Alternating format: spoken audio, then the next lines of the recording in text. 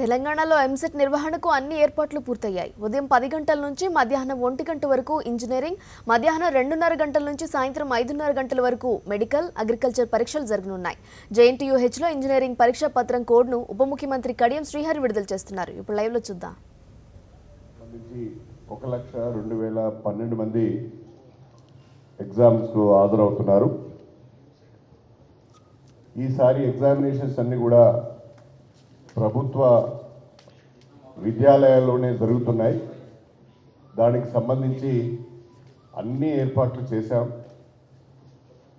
హైదరాబాద్లో కానీ, జిల్లాలలో కానీ, ఆంధ్రప్రదేశ్ రాష్ట్రంలో 4 సెంటర్లలో కానీ అన్ని ఏర్పాట్లు చేయడం జరిగింది. విద్యార్థులు కానీ, తల్లిదండ్రులు కానీ ఏ రకమైన ఆందోళన చెందవలసిన అవసరం లేదు.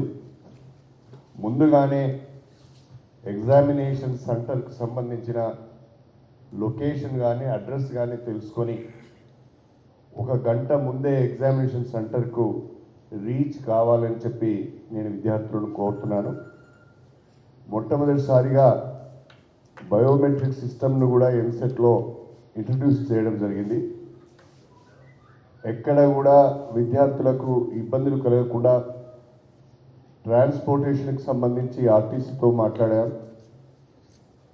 పవర్ సప్లైకి సంబంధించి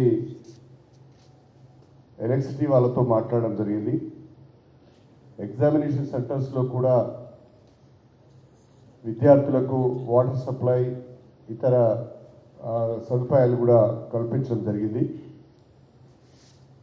మొత్తం కూడా మా JNTU సిబ్బంది అంతా కూడా, మా VC గారు, మా కన్వీనర్ గారు అన్ని ఏర్పాట్లు చాలా రోజుల నుంచి చాలా దగ్గరగా వీటిని ఏర్పాటు చేస్తున్నారు.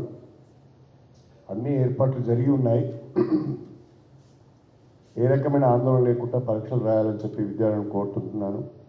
విద్యార్థులందరికీ ప్రభుత్వ పరంగా విషెస్ చెప్తున్నాను.